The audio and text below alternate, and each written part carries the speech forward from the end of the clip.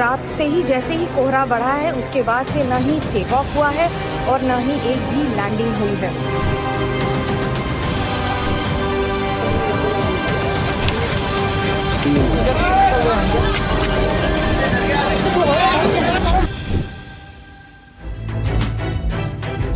तो उत्तर भारत के कई इलाकों में इस वक्त घना कोहरा देखने को मिल रहा है और कोहरे के कारण कई इलाकों में जीरो विजिबिलिटी हो चुकी है, यानी सड़कों और हाईवे पर सिर्फ अंधेरा पसरा हुआ है। बिल्कुल, विजिबिलिटी कम होने से कई इलाकों में हादसों की तस्वीर भी सामने आ रही है। और इसी बीच जो बड़ी खबर आ रही है वो आपको बताते हैं। इस वक्त की बड़ी और अहम खबर आपको बताते हैं। इस बीच मथुरा से आ रही है बड़ी खबर, आपको बताते हैं कि कोहरे की वजह से बड़ा हादसा हुआ है। मथुरा में कोहरे के कारण यह हादसा हुआ है। टक्कर के बाद कई वाहनों में आग लग गई है और इस वक्त जो जानकारी आ रही है कई वाहनों में आग लगी। अभी सोचिए, जो तस्वीर आपके सामने है, बसों में आग लगी हुई नजर आ रही है। कोहरे के कारण दरअसल कई गाड़ियां आपस में टकरा गई और इसी दौरान वहां पर कई बसों में आग लग गई। आग लगने की तस्वीरें आपके सामने हैं। वाहनों में भीषण आग लग गई है। कई लोगों की मौत की सूचना आ रही है। घायलों को अस्पताल भेजा गया है। तो ये कोहरे का कहर है और ये देखिए, आपको बताते हैं कि आखिर किस तरह से ये आग लगी हुई। ये देखिए तस्वीरें, ये तस्वीरें मथुरा की हैं और यहां पर कई बसों में आग लग गई। उसका कारण आप समझिए, कोहरे का वक्त था और उस दौरान कई गाड़ियां आपस में टकराई और कई गाड़ियों के आपस में टकराने के बाद आग लग गई। और जब आग लगी इस दौरान कई यात्री, रात का अंधेरा था, कई यात्री सो रहे थे और इसी दौरान आग लग गई और उसमें बताया ये जा रहा है कि कई लोग उसमें जल गए। और ये तस्वीर आप देखिए, ये तस्वीर उससे थोड़ी सी अलग है। ये तस्वीर जलने के बाद की है, जब बस जल गई उसके बाद की तस्वीर है। हमने एक तस्वीर आपको दिखाया जब आग लगी हुई थी और दूसरी तस्वीर आपके सामने है जब आग बुझ चुकी है लेकिन बस पूरी तरह से जलकर खाक हो चुकी है। जिसको मौका मिला वो वहां से निकल पाया, जिसको मौका नहीं मिला वो वहां पर फंस गया और उसकी जान भी चली गई है। कुल कितने लोग हैं ये हम आपको आगे बताएंगे।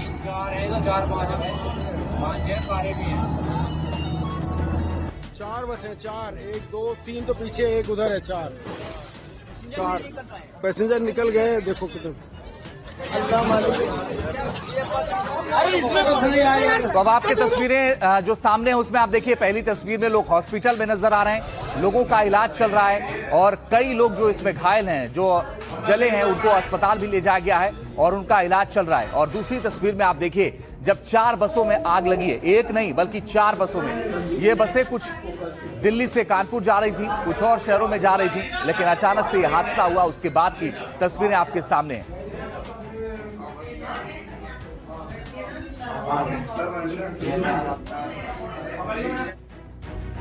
तो आपको बताते हैं कि आखिर इस हादसे में क्या क्या नुकसान हुआ है। दरअसल हुआ यह है कि इस पूरे हादसे में कई बस आपस में टकरा गई। उसके बाद यह हादसा हुआ और उसमें आग लग गई। दरअसल आपको बताते हैं कि क्या हुआ था। 7 बसें और 3 गाड़ियां आपस में टकरा गई। कई बसों में आग लगने की सूचना मिली। हादसे में 4 लोगों की जान चली गई है। बड़ी और अहम बात यह है कि इस हादसे में 4 लोगों की जान चली गई, 25 लोग घायल हैं। कानपुर से दिल्ली जा रही थी बस और फिलहाल घायलों का इलाज चल रहा है। तो बड़ी बात यह है कि घायलों का इलाज चल रहा है और आगे इस पर और ज्यादा जानकारी के लिए हम चलते हैं आयुषी के पास। बिल्कुल, हादसे की तस्वीरें अंजीत ने आपको दिखाई, कैसे जो बस है पूरी तरह से राख हो गई है जलकर। और मौके से ज्यादा जानकारी दे रहे हैं हमारे संवाददाता सौरभ गौतम। कोहरे का कहर फिर एक बार देखने को मिला। मथुरा के थाना बलदेव इलाके के माइलस्टोन 127 पर एक बड़ा हादसा हो गया, जिसमें विजुअलिटी कम होने के कारण 7 बस 3 गाड़ियां आपस में टकरा गई। टकराने के बाद उनमें आग लग गई। आप देख सकते हैं ये गाड़ियां हैं। गाड़ी की स्थिति आप देखकर अंदाजा लगा सकते हैं कि कितना भयानक हादसा था, कैसे कैसे लोगों ने अपनी जान बचाई होगी। ये पूरी गाड़ी जल चुकी है और आगे मैं आपको दिखाऊं कि बस की स्थिति आप देखेंगे तो ये बस है, बस में कई यात्री सवार थे और सवार होने के बाद जैसे ही उनको गाड़ी टकराने के बाद, ये बस टकराने के बाद जो लोग थे उन्होंने खिड़कियों से कूदकर अपनी जान बचाई और इसमें बताया जा रहा है कि 4 लोगों की जलकर मौत हो गई है और लगभग 25 लोग इसमें घायल हैं, जिन्हें अलग अलग अस्पतालों में भर्ती कराया गया है। ये हादसा आगरा की नोएडा की तरफ हुआ है। आप जिधर देखेंगे और मैं आपको दिखाऊं इधर की साइड देखिए, ये देखिए हादसा मंजर देखिए यहाँ का, बिल्कुल एकदम भयानक है। और ये बस, दूसरी बस आपको दिखा रहा हूं मैं, इस बस में आग लगी है, बिल्कुल देखिए पूरी जलकर राख हो गई है।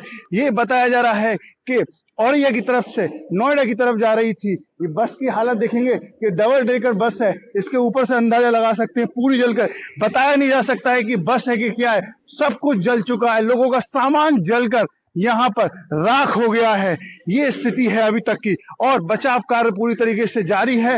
ये प्रशासन की यहाँ पर जो जेसीबी है वो यहाँ से वाहनों को हटाने का कार्य कर रही है। विजुअलिटी इतनी कम है कि कुछ भी दिखाई नहीं दे रहा है, कैमरा भी अब देख नहीं सकता है, दिखा नहीं पा रहा है।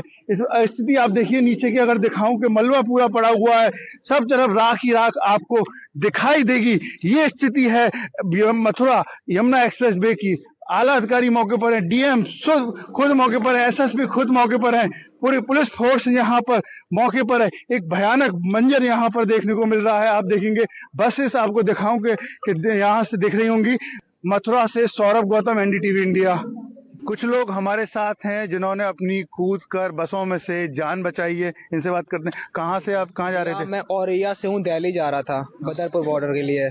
तो जैसी हमारी बस टकरानी है पीछे से, तो हम लोगों ने ये था कि वो एसी वाली बस नहीं थी। अगर एसी वाली होती तो बचना बहुत मुश्किल था। नॉन एसी थी, तो हम लोगों ने खिड़की खोली और कूद के भागे हम लोग खेतों में। और उसके बाद ना इतनी गंदी से मतलब विस्फोट टाइप के हो रहे थे, ये लग रहा था बच पाना मुश्किल है। बट गाँव वाले का बहुत शुक्रिया कि उन्होंने आग जलाई, हम लोगों को चाय वगैरह पिलाई है, वहाँ पर बैठा ले हम लोग 4 बजे से बैठे थे वहाँ पे। ये एक्सीडेंट हुआ है 4 बजे, 3:30-4 बजे के आसपास। अच्छा, अब हाँ। क्या क्या जल गया वहाँ पर? मेरा एक लैपटॉप था उसमें और मेरा कैमरा था, सब जल गया? सब जल गया, बैग वगैरह सब कुछ जल गया, चार्जर वार्जर वगैरह सब कुछ था उसमें। आप बताइए, आपका क्या नाम है आपका? मेरा नाम प्रशांत सिंह है। मैं लखनऊ से दिल्ली जा रहा था जॉब के लिए।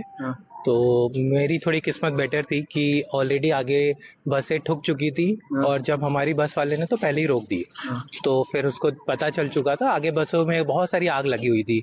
जब हम लोग उतरे तो एक प्रॉब्लम ये थी कि बसों में आग लगने के बाद विस्फोट होना चालू हो गया था। मतलब वो किस चीज का था, मेरे ख्याल से सिलेंडर थे बस के अंदर, जो भी गैस सिलेंडर होते जो भी था वो फट रहा था। तो हम सब लोग भाई लोगों ने ग्रुप बना करके उसको क्रॉस करके हम लोग खेतों में चले गए।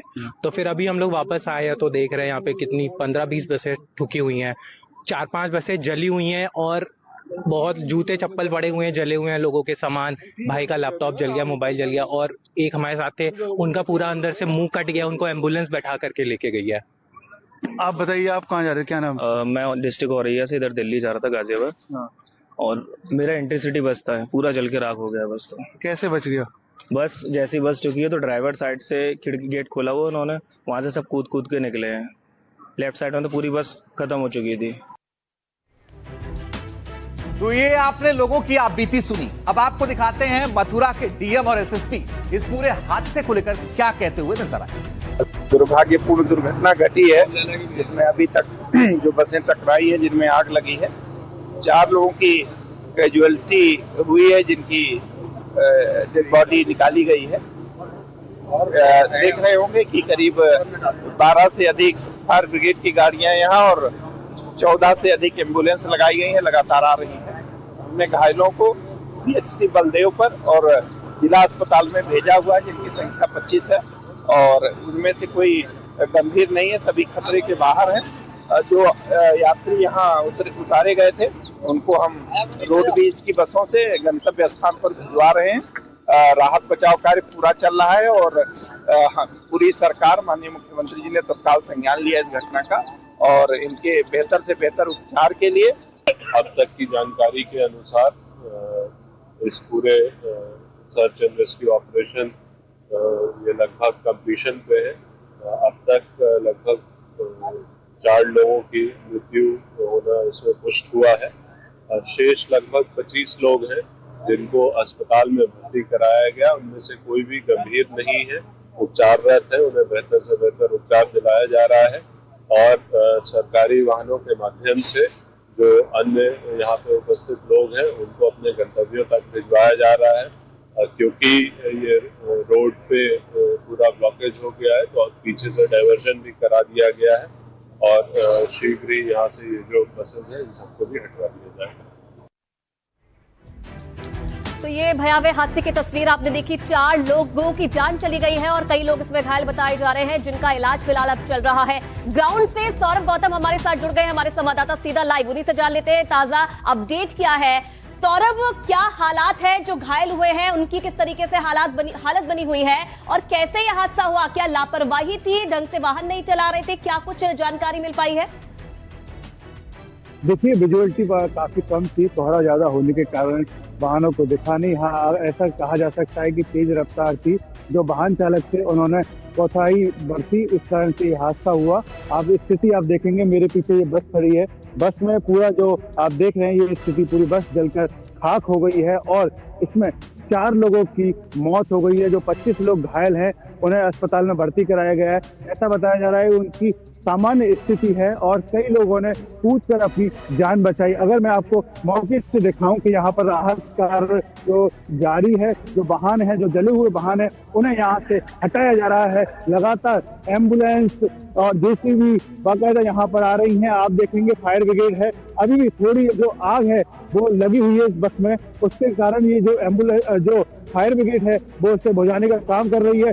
ये हादसा लगभग सुबह 4 बजे हुआ था और 4 बजे से लगातार बचाव कार्य यहाँ पर मौजूद है, मौके पर जारी है और एसएसपी, डीएम, कई पुलिसकर्मी यहाँ पर। चलिए सौरभ, बिल्कुल आप नजर बना के रखिएगा इस खबर पर। बहुत धन्यवाद आपका तमाम जानकारी देने के लिए। तो अंजीत, लगातार घना कोहरा छा रहा है जिसकी वजह से ऐसे जो हादसे हैं उनकी तस्वीरें सामने आ रही है। बिल्कुल, घने कोहरे की वजह से लोगों को तमाम दिक्कतों का सामना करना पड़ रहा है और घना कोहरा है कि लोगों को मुश्किल में डाल चुका है।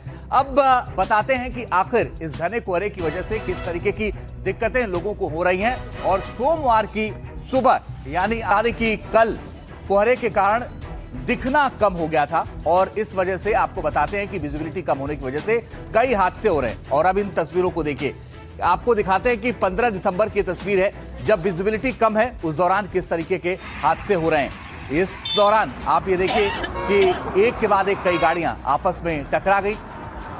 दिल्ली मुंबई एक्सप्रेसवे पर 25 गाड़ियां आपस में टकराई, 2 पुलिसकर्मी समेत 4 लोगों की मौत हुई है। सुबह 5 बजे हादसे में 15 से 20 लोग घायल हो गए थे। और अब आइए आपको कुछ और तस्वीरें दिखाते हैं। ये देखिए, कोहरे का कहर है, ये हापुड़ की ये तस्वीर है जहां पर एक के बाद एक कई गाड़ियां आपस में टकरा गई हैं। और यहां पर आप देखिए कि हापुड़ में जब हादसा हुआ उसके बाद कई गाड़ियां आपस में टकरा गई। इस हादसे में 4 लोग घायल हो गए हैं। वो गाड़ियां मुरादाबाद से दिल्ली की ओर आ रही थी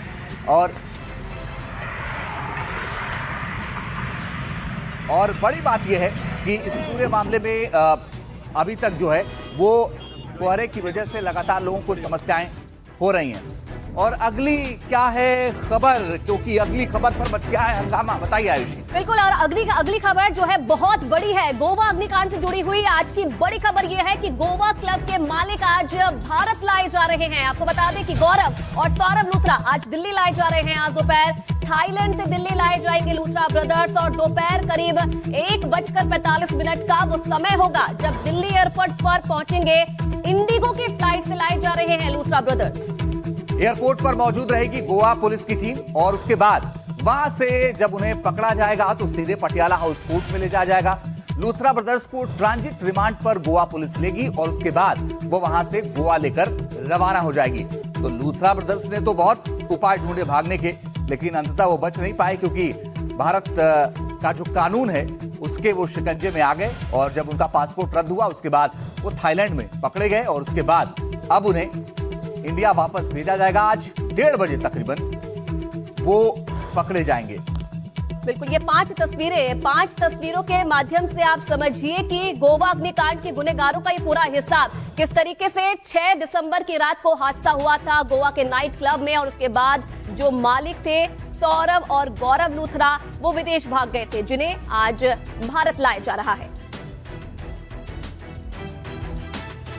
तो सौरभ और गौरव लूथरा जो गोवा अग्निकांड में हुए 25 मौतों के सबसे बड़े जिम्मेदार हैं, उनको लेकर के क्या जानकारी आप बताते हैं, उन्हें हादसे के किन दिन के बाद और आगे उसके बाद क्या होने वाला ये बताते हैं आपको। देखिए, गोवा अग्निकांड के 10 दिन बाद लूथरा ब्रदर्स थाईलैंड से देश लाए जा रहे हैं। 6 दिसंबर की रात को गोवा नाइट क्लब में हुए अग्निकांड के बाद दोनों थाईलैंड भाग गए थे।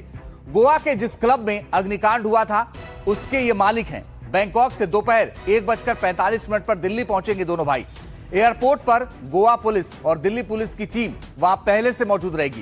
कोर्ट से गोवा पुलिस सौरभ और गौरव लूथरा की रिमांड लेगी। लूथरा को रिमांड पर लेने के बाद वो फिलहाल गोवा चले जाएंगे। लेकिन आपको बता दें, कल रात दिल्ली पहुंच गई है गोवा पुलिस की टीम। गोवा पुलिस की 7 लोगों की टीम दिल्ली पहुंची है। टीम में 1 IPS, 2 इंस्पेक्टर, 2 सब इंस्पेक्टर और 2 कांस्टेबल शामिल हैं।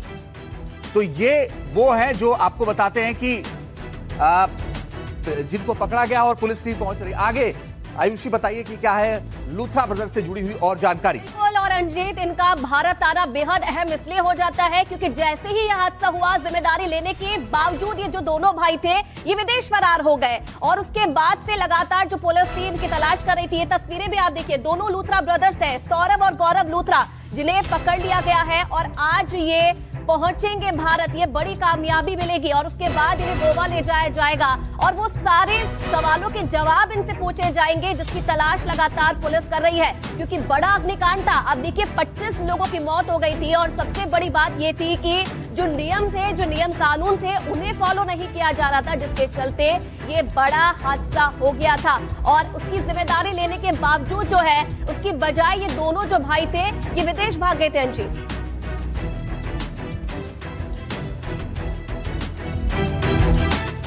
और चलिए अब आपको बताते हैं कि गोवा पुलिस का दिल्ली से लूथरा को ट्रांजिट रिमांड पर लेने के बाद आगे का अब एक्शन क्या होगा, किस तरीके से एक्शन लिया जाएगा और क्या जो प्रोसेस है वो होने वाला है, कैसे अब इन्हें गोवा ले जाया जाएगा और कैसे जो है अब इन लोगों को आगे का प्रोसेस जो है वो किया जाएगा। अब देखिए, रात तक दिल्ली से गोवा लेकर दिल्ली पुलिस इन्हें पहुंचेगी। गोवा के अंजुना पुलिस स्टेशन इन्हें ले जाया जाएगा। अंजुना पुलिस स्टेशन में लूथरा ब्रदर्स से पूछताछ होगी। 17 दिसंबर को मापुसा कोर्ट में जो पेशी है वो संभव मानी जा रही है और दोनों भाइयों को वहां पर पेश किया जाएगा। इसी के साथ साथ केस के लिए बनी स्पेशल लीगल टीम इसकी पैरवी भी करेगी। आपको बता दें कि लूथरा ब्रदर्स पर BNS की धारा 105 के तहत केस दर्ज है। धारा 105 में 10 साल तक की सजा का प्रावधान है। मजबूत चार्जशीट बनाने की तैयारी में गोवा पुलिस है और लगातार हादसे के सबूत भी जांच टीम जुटा रही है ताकि बड़ी कार्रवाई इन दोनों भाइयों पर हो।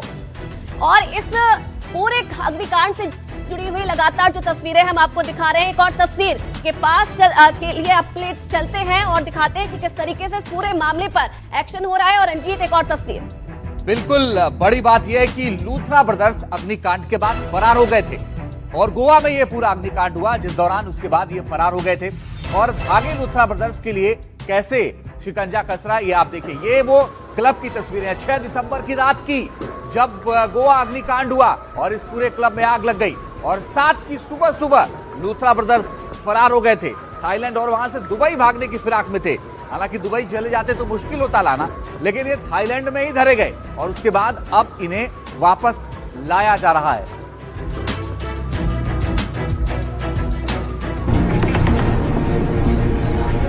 पच्चीस जिंदगियां जिस लापरवाही की आग में झुलसकर भस्म हो गईं, अब लापरवाही की सजा देने का वक्त आ गया है। अपनी काली करतूत से बचने के लिए बैंकॉक भागे लूथरा ब्रदर्स को लगा था कि वो पकड़े नहीं जाएंगे, लेकिन ऐसा नहीं हुआ। न सिर्फ भारत सरकार ने उन्हें बैंकॉक में खोज निकाला, बल्कि अब उन्हें यहां लाकर उनके गुनाहों का हिसाब किया जाएगा। अब तक मिली जानकारी के मुताबिक लूथरा भाई दिल्ली लाए जाएंगे। माना जा रहा है कि एयरपोर्ट पर ही गोवा पुलिस उन्हें हिरासत में ले लेगी। ये गिरफ्तारी गोवा में दर्ज मामले की चल रही जांच के बाद की गई है। हिरासत में ले जाने के बाद दोनों भाइयों को ट्रांजिट रिमांड की कार्यवाही के लिए दिल्ली की अदालत में पेश किया जाएगा। उधर गोवा हाई कोर्ट ने इस मामले में केस को जनहित याचिका में बदल दिया है। 6 दिसंबर को लगी आग में 25 लोगों की मौत हो गई थी। अदालत ने इस त्रासदी के लिए जवाबदेही तय करने पर जोर दिया है। और अब लूथरा ब्रदर्स के खिलाफ धाराएं क्या क्या है वो भी जान लीजिए। जरा आपको बता देते हैं क्या क्या धारा इन पर लगाई गई है और कैसे इन पर जो कार्रवाई है वो फिलहाल की जाएगी। अब देखिए आपको बता दें बीएनएस की धारा 105 इन पर लगाई गई है और जानते हुए ऐसा काम करना जिसमें मौत संभव है, ये धारा लगाई गई है। पुरानी आईपीसी की धारा 304 के समान ये है और 10 साल तक की कैद इसमें हो सकती है और भारी भरकम जुर्माना लगाने का भी प्रावधान इसमें है। बीएनएस की धारा 125 के बारे में आपको बता दें, व्यक्तिगत सुरक्षा को खतरे में डालना और पुरानी आईपीसी की धारा 336 और 337 के समान इसे माना जाता है और 3 से 7 साल तक की कैद इसमें हो सकती है। साथ ही साथ एक जुर्माना भारी भरकम वो भी लगाया जा सकता है। बीएनएस की धारा 287 के बारे में आपको बता दें, ज्वलनशील पदार्थों से संबंधित लापरवाही इसमें आती है और पुरानी आईपीसी की धारा 285 के समान इसे माना जाता है। 6 महीने तक कैद या जुर्माना या फिर दोनों इसमें संभव है। तो ये जो आईपीसी की धारा है ये तीनों इन पर लगाई गई है। कुछ और तस्वीरें आपको दिखाते हैं इसी अग्निकांड से जुड़ी हुई और सीधे अंकित के पास चलते हैं। जी हाँ, तो आप ये देखिए कि लूथरा ब्रदर्स के खिलाफ ये धाराएं लगाई गई हैं। इन रोंगटे खड़े कर देने वाली तस्वीरों को गोवा क्लब में 6 की रात को ये घटना घटी थी, उसके बाद उनके खिलाफ ये कार्रवाई हुई है। ये देखिए आप, 6 तारीख की रात ये घटना घटी थी, उसके बाद आज से ठीक 10 दिन पहले 6 की रात घटना घटी, आग लगी और 25 लोगों की झुलसकर मौत हो गई।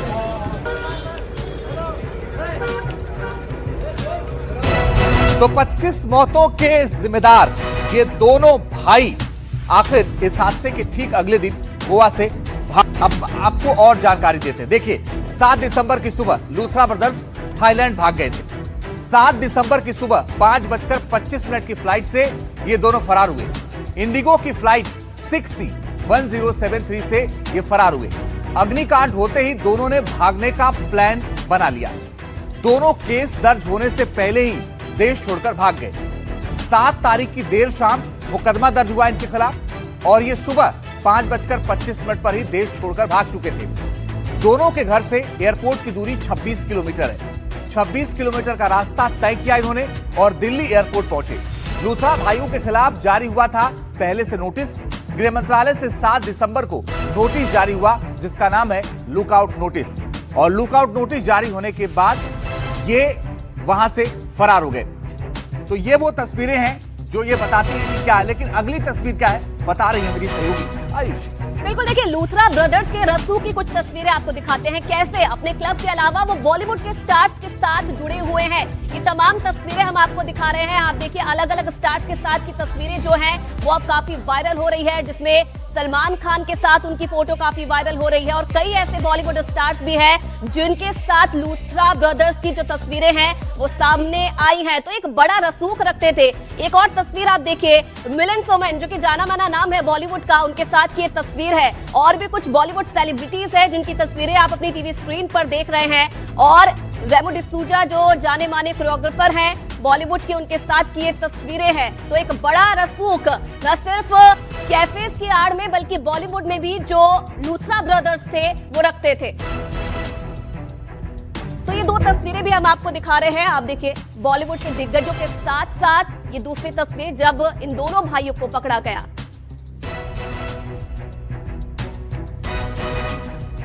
और अब देखिए थाईलैंड जाने के लिए किस तरीके से ये कैसे भागे थे ये दोनों भाई थाईलैंड, ये भी आपको पूरे तरीके से समझा देते हैं। कितना आसान था इनके लिए थाईलैंड जाना। थाईलैंड जाने के लिए वीजा की जरूरत नहीं होती है और इसलिए काफी आसान था इनके लिए थाईलैंड जाना। थाईलैंड की वीजा जो प्रोसेस होता है वो बेहद सरल होता है। थाईलैंड में जो भारत समेत है कई देशों के लोगों को वीजा ऑन अराइवल मिलता है।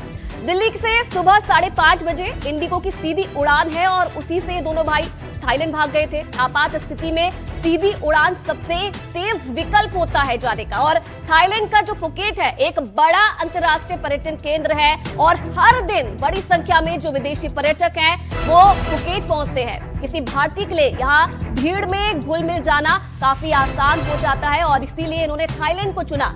कुछ समय के लिए अपनी पहचान छिपाना भी यहाँ पर मुश्किल नहीं है।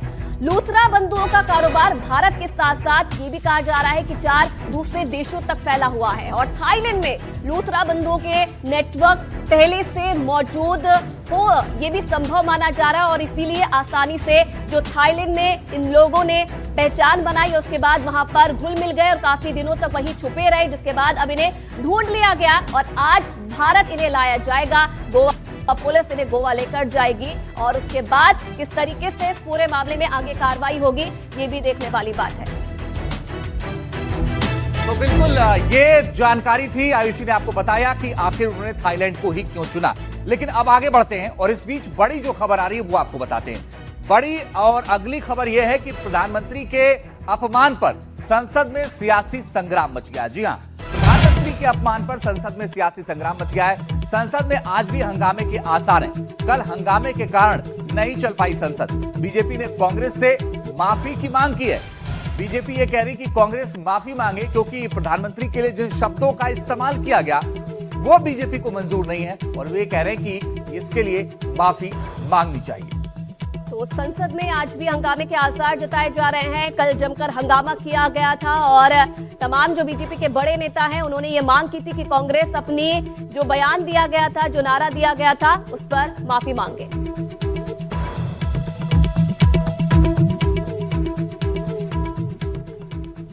तो वोट चोरी के मुद्दे पर कांग्रेस की रैली में कथित तौर पर पीएम मोदी के अपमान वाले नारे को लेकर राजनीति तेज हो गई है। सोमवार को इस मामले में पूरा सत्ता पक्ष आक्रामक दिखा और लोकसभा के साथ साथ राज्यसभा में भी सत्ता पक्ष के सांसदों ने पीएम मोदी के कथित अपमान को लेकर जमकर हंगामा किया। सोमवार को राज्यसभा की कार्यवाही जैसे ही शुरू हुई, सदन के नेता और केंद्रीय स्वास्थ्य मंत्री जेपी नड्डा ने सोनिया गांधी से माफी मांगने की मांग कर दी। इस माफी की मांग इसलिए की गई क्योंकि दिल्ली के रामलीला मैदान में हुई कांग्रेस की रैली के दौरान प्रधानमंत्री नरेंद्र मोदी के कथित अपमान वाले नारे लगाए गए। मोदी तेरी कमर खुदेगी, आज नहीं तो कल खुदेगी, मोदी तेरी। और अब सत्ता पक्ष इस कथित अपमान के लिए कांग्रेस पार्टी और सोनिया गांधी को जिम्मेदार ठहराया। नड्डा ने कहा, ऐसे नारे कांग्रेस पार्टी की सोच और मानसिकता को दिखाते हैं। उन्होंने कहा कि सोनिया गांधी को देश से माफी मांगनी चाहिए। नामदारों के झंझलाहट को स्पष्ट इंगित करता है और सारे कांग्रेस पार्टी पूरे का पूरे नेतृत्व उस रैली में मौजूद थे और प्रधानमंत्री मोदी जी का कमर खोदने के लिए इन्होंने नारा लगाया। तो हंगामा तो लोकसभा और राज्यसभा में भी बरपा, लेकिन कैसे कल जेपी नड्डा ने कैसे घेरा है कांग्रेस को, ये आपको सुनना चाहिए। ये बड़ा जरूरी है क्योंकि कल जब नड्डा बोल रहे थे तो उन्होंने कांग्रेस को घेरा है। देखिए, सुनिए।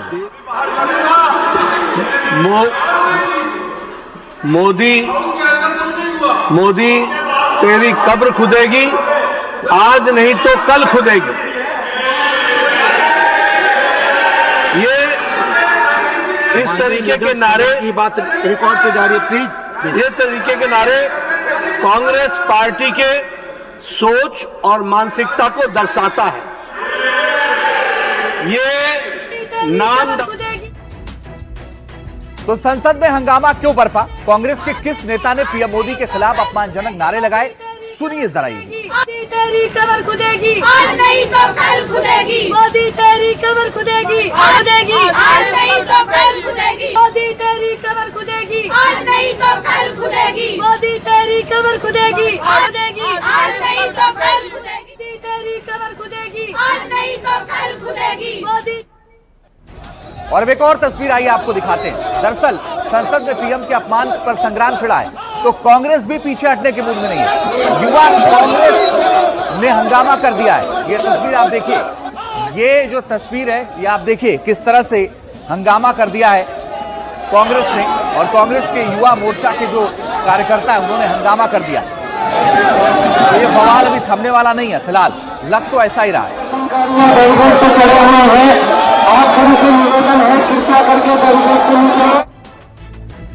आइए अब आपको बताते हैं कि पीएम मोदी के अपमान पर हंगामा कैसे हुआ और इस मामले पर किसने क्या बोला वो भी आप समझिए।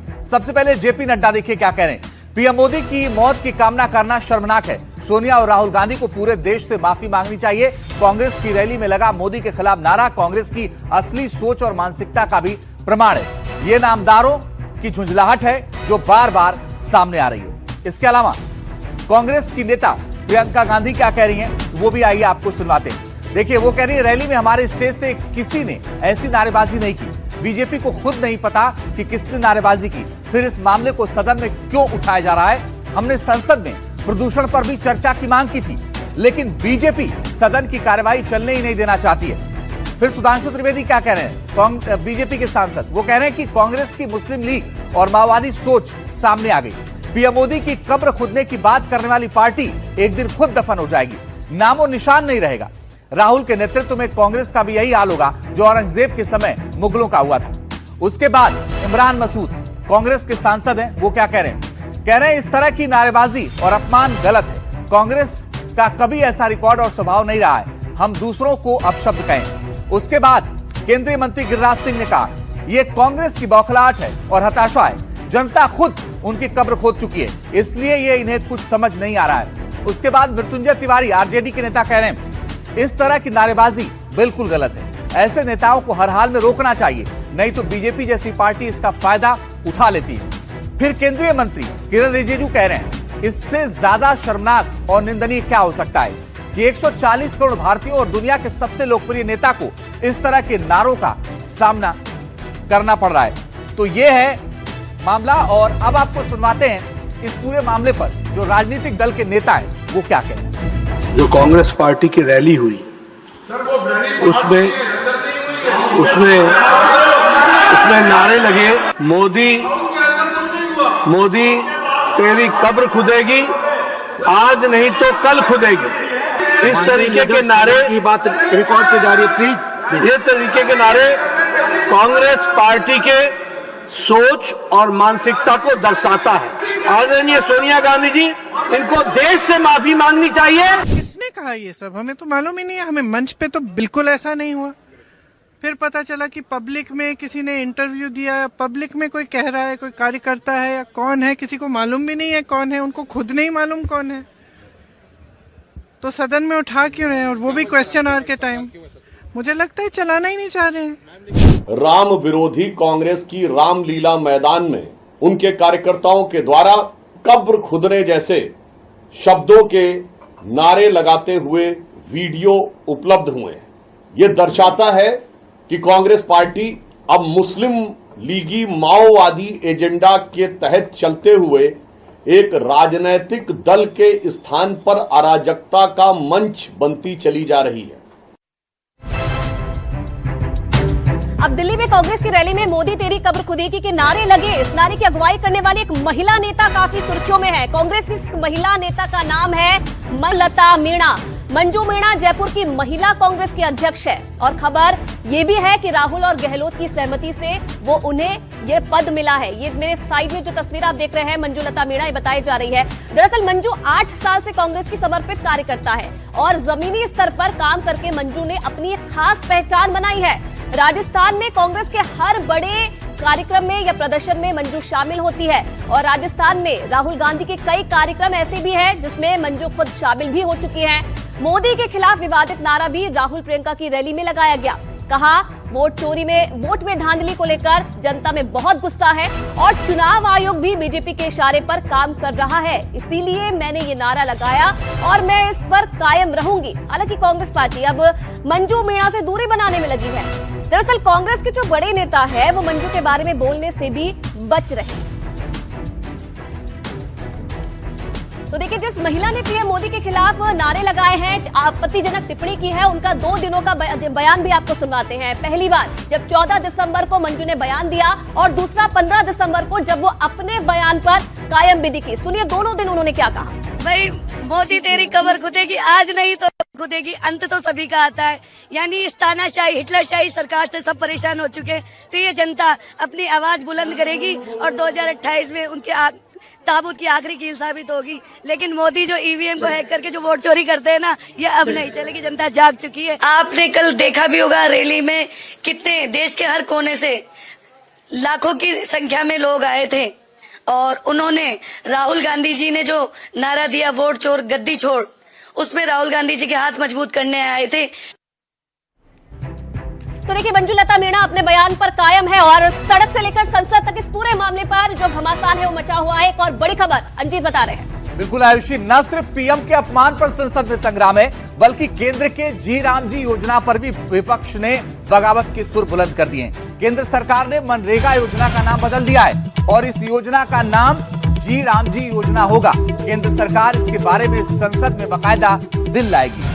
केंद्र सरकार ने मनरेगा का नाम अब विकसित भारत गारंटी फॉर रोजगार एंड आजीविका मिशन यानी कि बीबीजी राम जी करने का बिल लाएगी। इसके तहत सालाना रोजगार गारंटी 100 दिन की बजाय 125 दिन होगा। इसका लक्ष्य ये है सशक्तिकरण और विकास को बढ़ावा देकर समृद्ध और सक्षम ग्रामीण भारत का निर्माण करना। आपको बता दें कि महात्मा गांधी राष्ट्रीय ग्रामीण रोजगार गारंटी अधिनियम यानी मनरेगा को निरस्त कर ग्रामीण रोजगार के लिए नया कानून लाया जा रहा है।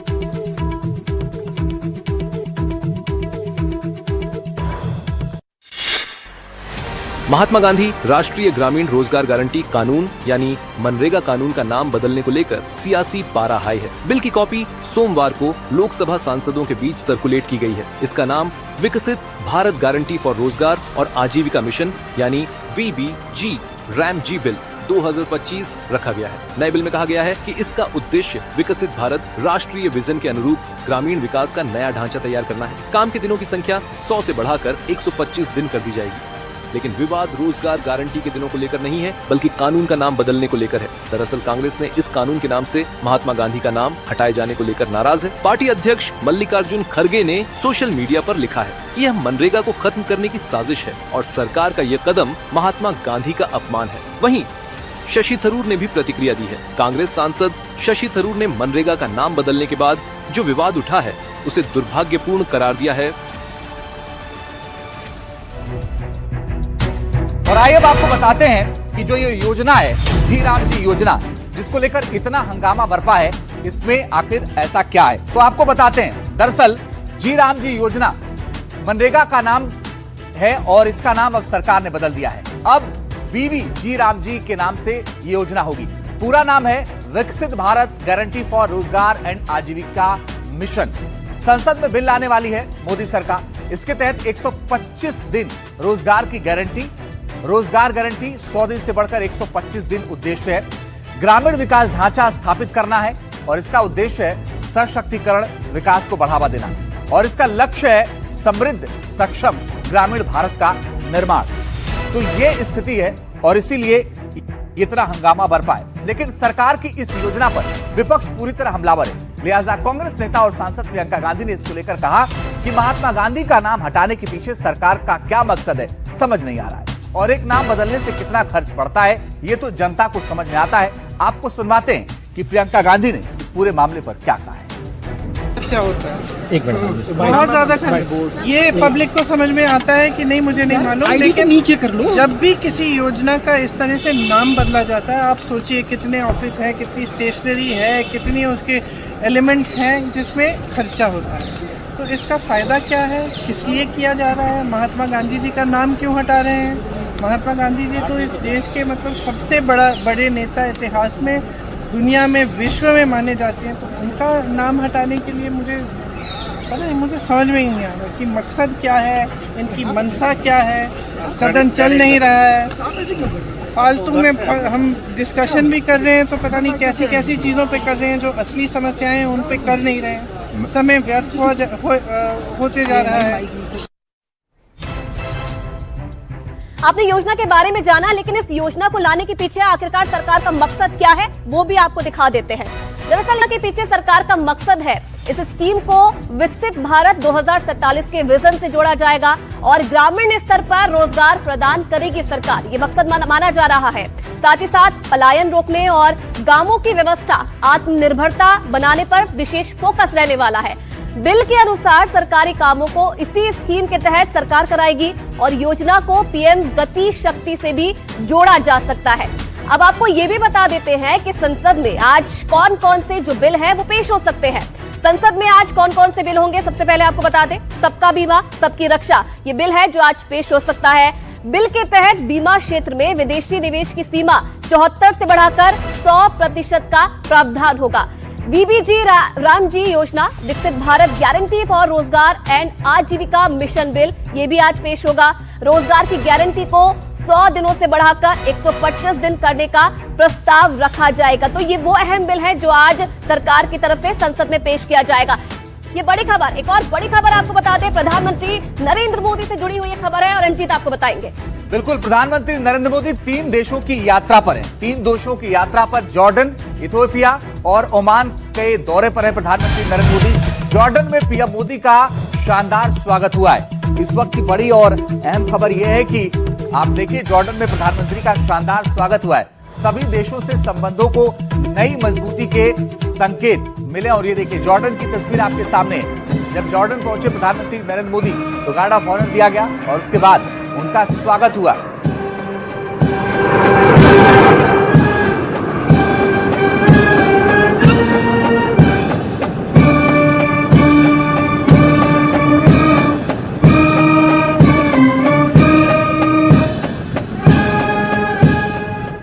तो शानदार स्वागत की तस्वीरें आपने देखी। एक और तस्वीर आपको दिखाते हैं किस तरीके से प्रधानमंत्री नरेंद्र मोदी के आगमन पर वहां पर कैसे गार्ड ऑफ ऑनर देकर उन्हें का स्वागत किया गया और दोनों देशों के बीच में एक नए रिश्तों को ये और आगे ले जाने का इसे मजबूत रिश्ता माना जा रहा है। तस्वीरें आप देखिए और एक और तस्वीर जहां प्रधानमंत्री नरेंद्र मोदी भारतीय समुदाय के लोगों से उन्होंने मुलाकात की है, क्योंकि बड़ी संख्या में जो भारतीय समुदाय के लोग थे वो इंतजार कर रहे थे प्रधानमंत्री नरेंद्र मोदी का और मोदी के नारे वहां पर लगाए गए।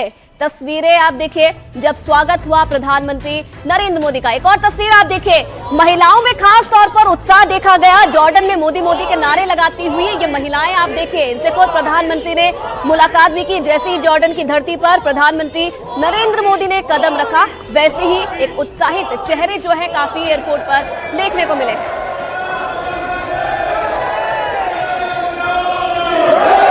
मोदी मोदी मोदी मोदी मोदी मोदी मोदी मोदी मोदी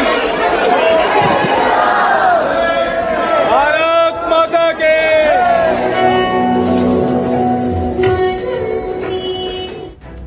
तो भारत के नए रिश्तों की नई कहानी, 3 देशों की यात्रा पर है प्रधानमंत्री नरेंद्र मोदी। तस्वीरें भी लगातार हम आपको दिखा रहे हैं। जॉर्डन, इथियोपिया और ओमान की यात्रा पर हैं प्रधानमंत्री नरेंद्र मोदी। आपको बता दें कि किंग अब्दुल्ला द्वितीय के निमंत्रण पर प्रधानमंत्री का ये खास जॉर्डन का दौरा है। जॉर्डन से राजनयिक संबंधों के 75 साल पूरे हो रहे हैं और किंग अब्दुल्ला द्वितीय इब्न अल हुसैन से प्रधानमंत्री मुलाकात करेंगे। भारत जॉर्डन के रिश्तों को और मजबूती मिलेगी। शांति, समृद्धि, सुरक्षा, स्थिरता पर विशेष तौर पर फोकस रहने वाला है और इस पर चर्चा की जाएगी। आपको बता दें आज प्रधानमंत्री नरेंद्र मोदी इथियोपिया की यात्रा पर जाएंगे और इथियोपिया के प्रधानमंत्री डॉक्टर अबी अहमद से वो चर्चा करेंगे, मुलाकात करेंगे और जो अंतिम चरण होगा प्रधानमंत्री की यात्रा का वो ओमान होगा। अंतिम चरण में ओमान पहुंचेंगे पीएम और 17 से 18 दिसंबर को ओमान में ही प्रधानमंत्री रहने वाले हैं। आपको बता दें कि पीएम मोदी की ओमान की दूसरी यात्रा है। ओमान से राजनयिक संबंधों के 70 साल पूरे हो रहे हैं। भारत की मध्य पूर्व अफ्रीकी नीति को मजबूती इस यात्रा से मिलेगी, ये माना जा रहा है। तो काफी खास ये अहम दौरा है प्रधानमंत्री नरेंद्र मोदी का। एक और बड़ी खबर अंकित आपको बताएंगे। बिल्कुल, अगली बड़ी खबर एसआईआर को लेकर के है, क्योंकि आज जारी होगी 5 राज्यों की ड्राफ्ट वोटर लिस्ट। चुनाव आयोग आज जारी करेगा ड्राफ्ट वोटर लिस्ट और 5 राज्यों के इसमें नाम है। पश्चिम बंगाल, राजस्थान, गोवा, पुडुचेरी, लक्षद्वीप के ये ड्राफ्ट हैं जो आज जारी होंगे। बड़ी और अहम बात यह है कि इसको लेकर के भी कहा जा रहा है कि हंगामा हो सकता है। वोटर लिस्ट जारी होगी और मान्यता प्राप्त दलों को लिस्ट दी जाएगी। जो जानकारी आ रही है उसके मुताबिक मान्यता प्राप्त लोगों को लिस्ट दी जाएगी और इसमें बड़ी बात यह है कि आज मान्यता प्राप्त दलों को ये लिस्ट दी जाएगी। आज जो लिस्ट जारी होगी, अहम बात यह है कि इस पर भी बवाल होने की पूरी संभावना जताई जा रही है।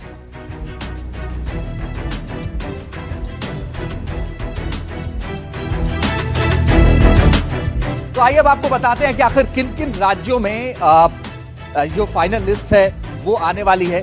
ये आपको समझना चाहिए और ये आपको समझाते हैं कि किन किन राज्यों की आज फाइनल लिस्ट है। तो आप ये देखिए, सबसे पहले बात गोवा की करते हैं। गोवा की आज फाइनल लिस्ट आने वाली है। इसके साथ ही पुडुचेरी में भी आज फाइनल लिस्ट आएगी। इसके अलावा आपको बताते हैं कि जो तीसरा राज्य है वो लक्षद्वीप है, जिसको लेकर के लिस्ट आने वाली है। राजस्थान की भी आज लिस्ट आएगी। इसके साथ ही आपको बताते हैं कि जो एक और राज्य है पश्चिम बंगाल, वहां की भी लिस्ट आने वाली है। तो ये वो राज्य हैं जो लिस्ट जिसको लेकर के कहा जा रहा है कि आने वाली है। और अब आपको बताते हैं कि कैसे घर घर जाकर के बीएलओ काम कर रहे हैं और इसके लिए बाकायदा उन्होंने इसकी पूरी तैयारी की। उसकी एक एक तस्वीर हम आपके सामने रख रहे हैं और ये जो तस्वीर है ये आपके सामने, ये देखिए कितनी कड़ी मेहनत की बीएलओ ने और इस मेहनत के बाद उन्होंने ये लिस्ट तैयार की है और आज ये लिस्ट मिलने वाली है। अभी कुछ राज्यों में और एसआईआर हो रहा है। उत्तर प्रदेश भी इसमें से एक राज्य है जहां पर काम चल रहा है, उसमें भी लिस्ट आने वाली है।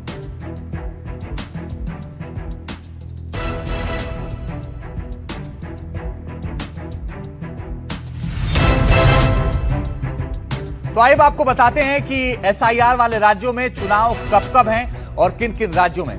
देखिए, अगर गोवा की बात करें तो यहां 2027 में चुनाव है। पुडुचेरी की अगर हम बात करें तो अगले साल यानी 2026 में चुनाव है। लक्षद्वीप की बात करें तो अभी फिलहाल विधानसभा नहीं है, लेकिन राजस्थान की अगर हम बात करें तो 2028 में चुनाव है। और पश्चिम बंगाल में आपको बता दें कि अगले ही साल चुनाव है और जो सबसे बड़ा राज्य है एक तरीके से वो पश्चिम बंगाल में ही चुनाव होने वाला है 2026 में। तो दो अलग अलग तस्वीरें आपके सामने हैं। एक तस्वीर में आप देखिए पश्चिम बंगाल की मुख्यमंत्री ममता बनर्जी आपको नजर आ रही हैं। दूसरी तस्वीर में आप देखिए प्रधानमंत्री नरेंद्र मोदी आपको नजर आ रहे हैं। इसके अलावा गृहमंत्री अमित शाह नजर आ रहे हैं। ये वो लोग हैं जहां जहां चुनावी ताकत झोंकते हैं अलग अलग राज्यों में जब होता है चुनाव। लेकिन अब बड़ी बात यह है कि इस पूरे दो तस्वीरों के जरिए आप देखिए घमासान आज संभव है। चलिए अब आप समझिए कि आज एसआईआर के बाद बंगाल में कितना हंगामा होने वाला है, क्योंकि कुछ दिन पहले ही पश्चिम बंगाल में एसआईआर के पहले चरण की रिपोर्ट आई थी और इसमें सबसे ज्यादा वोट हटाए गए थे जहां पर ममता का दबदबा है। एसआईआर के पहले चरण की रिपोर्ट बता दें आपको कितने वोटर्स आउट हो सकते हैं। सबसे पहले देखिए ममता की सीट भवानीपुर सीट है जहां से 44,787 वोटर्स के नाम हटाए गए हैं। भवानीपुर सीट से ममता बनर्जी जो है विधायक है। उसके बाद बात नंदीग्राम सीट की, यहाँ पर 10,599 वोटर्स के नाम यहाँ से हटा दिए गए हैं। बीजेपी नेता शुभेंदु अधिकारी नंदीग्राम से ही विधायक हैं जो कि टीएमसी में आए, टीएमसी से भाजपा में गए थे। दक्षिण 24 परगना से 8,16,000 नाम कटे हैं और दक्षिण 24 परगना में अभिषेक बनर्जी का प्रभाव बहुत माना जाता है। वहीं कोलकाता पोर्ट सीट की अगर बात की जाए तो इस इलाके से 63,730 नाम काट दिए गए हैं। वहीं चौरंगी विधानसभा क्षेत्र से 74,000 से ज्यादा जो नाम है वो अब तक हटाए गए हैं। वहीं टॉलीगंज विधानसभा की बात की जाए तो यहाँ से 35,309 नाम कटे हैं। बांकुरा जिले की कोतुलपुर सीट में यहाँ पर 5,678 नाम कटे हैं और आसनसोल साउथ से 39,202 नाम हटाए गए हैं। इसी के साथ साथ जो सिलीगुड़ी क्षेत्र है वहां से 31,181 नाम हटाए गए हैं। आने वाले समय में ये जो नाम हटे हैं ये प्रभावित करेंगे बंगाल विधानसभा चुनाव को और इसलिए माना जा रहा है कि जब आज फाइनल लिस्ट जारी होगी तो सबसे ज्यादा जो घमासान है वो बंगाल में देखने को मिल सकता है। तो बंगाल में ममता बनर्जी टीएमसी जो लगातार इसका विरोध कर रही है और अब विरोध जो है और तेज होने वाला है क्योंकि फाइनल लिस्ट जारी होगी। बंगाल में एसआईआर गड़बड़ियों का अंबार लगा हुआ है। क्या क्या गड़बड़ियां मिली हैं वो भी एक एक करके आपको बता देते हैं। देखिए, परिवार की मैपिंग करने पर जो है बड़ा खुलासा हुआ है। दरअसल क्रॉस चेकिंग में लॉजिकल गड़बड़ियां मिली है। अब गड़बड़ियां क्या क्या है? सबसे पहली गड़बड़ी आप देखिए, जो पिता का नाम है वो गलत है। ऐसे कितने मामले मिले हैं? 85 लाख से ज्यादा मामले ऐसे हैं जिनमें पिता के नाम में गड़बड़ी मिली है। दूसरी बड़ी गड़बड़ी आपको बता दें, माता पिता से उम्र में काफी अंतर देखा गया। 24,21,133 मामले ऐसे सामने आए हैं। और गड़बड़ी नंबर 3 आप देखिए, माता पिता से सिर्फ 15 साल का अंतर है बच्चे का और ऐसे मामले कितने आए हैं? 11,95,230 मामले सामने आए हैं। गड़बड़ी नंबर 4 ये है कि उम्र में माता पिता से 50 साल से ज्यादा जो उम्र है वो दर्शाई गई है और ऐसे मामले जो है 8,77,736 मामले ऐसे सामने आए हैं। और गड़बड़ी नंबर 5 ये है कि 45 साल से ज्यादा उम्र पर जो नए वोटर्स हैं उन्हें लगाया गया है और ऐसे मामले 20,74,256 मामले ऐसे सामने आए हैं। गड़बड़ी नंबर 6 ये है कि जो पुरुष महिला मतदाता है उनके आंकड़ों में काफी गलतियां मिली हैं और ऐसे मामले जो है 13,46,918 से भी जो मामले हैं वो ज्यादा है। तो ये वो आंकड़े हैं किस तरीके से जिससे सामने आए हैं। और एक और बड़ी खबर आ रही है, इसे लेकर तो लगातार घमासान मचेगा, लेकिन अगली बड़ी खबर क्या है अंशी? देखिए अगली बड़ी खबर आयुषी बाहर से है, यानी इस देश के बाहर से है और अमेरिका से। अमेरिका में धमाके की बड़ी साजिश नाकाम हो गई है। इस वक्त की बड़ी और अहम खबर, FBI ने 4 आरोपियों को गिरफ्तार किया है। आरोपी दक्षिणी कैलिफोर्निया में बम हमलों की योजना बना रहे थे। विस्फोटकों की जांच करने से पहले ही चारों पकड़े गए हैं। आप देखिए कि अमेरिका में बड़े हमले की प्लानिंग थी, उससे पहले ही ये पकड़े गए और ये कार्रवाई बड़ी हुई है। FBI ने 4 को गिरफ्तार किया है। आरोपी दक्षिण कैलिफोर्निया में बम हमलों की योजना बना रहे थे और इसी दौरान फिलहाल इन्हें पकड़ लिया गया है।